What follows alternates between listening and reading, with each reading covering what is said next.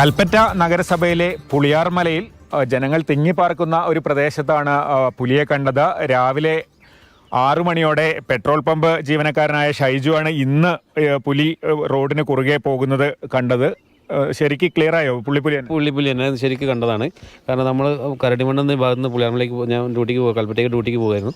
അപ്പോൾ അവിടുന്ന് എൻ്റെതായി തൊട്ട് അര മീറ്ററില്ല 2-3 സ്റ്റെപ്പ് നിന്ന് പുലി എന്നെ കണ്ടത്. അപ്പോൾ ഞാൻ ബ്രൈറ്റ് ലൈറ്റ് ഇട്ടപ്പം പുലി എൻ്റെ വ്യക്തമായി എനിക്ക് പുലിയാണെന്നുള്ളത്. അങ്ങനെ ഞാൻ ഒച്ച ഉണ്ടാക്കി, ഫോട്ടോ എടുക്കാനൊന്നും നിന്നില്ല. വേഗം ഒച്ച ഉണ്ടാക്കിയപ്പോൾ പുലി ഇതിലെ വന്ന് കുറച്ച് ഈ വഴി വന്ന് ചാടിയ കാട്ടിലേക്ക് അങ്ങോട്ട് പോയി, ചെറിയ കുറ്റിക്കാട്ടിലേക്ക് ചാടിപ്പോയി. നിങ്ങൾ ബൈക്കിലായിരുന്നു? ഞാൻ സ്കൂട്ടിയിലായിരുന്നു.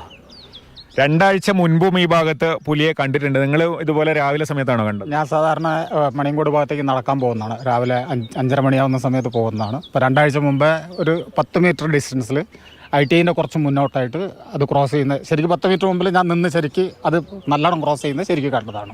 പുലി തന്നെയാണ്? അതെ, പുലിയാണ്. ഈ ഡിവിഷനിലെ കൗൺസിലർ ജിതേഷ് കൂടിയുണ്ട്. അപ്പോൾ വനംവകുപ്പിനെ അറിയിച്ചിട്ടുണ്ടോ? ഇതിലൊരു ആൾക്കാർക്ക് ഒരു പേടി ഉണ്ടാവുമല്ലോ? രാവിലെ ഞാൻ വന്ന് നോക്കിയിരുന്നു. അപ്പോൾ വന്നപ്പോൾ തന്നെ ഞാൻ വനംവകുപ്പിനെ വിവരം അറിയിച്ചിരുന്നു. അപ്പോൾ അവർ കുറച്ച് കഴിഞ്ഞിട്ട് ഇവിടെ സ്ഥലത്തെത്തുന്ന പറഞ്ഞത്. 6 മാസങ്ങൾക്ക് മുന്നേ ITI പ്രദേശത്ത് ഇതേപോലെ കണ്ടതായിട്ട് പറഞ്ഞിരുന്നു.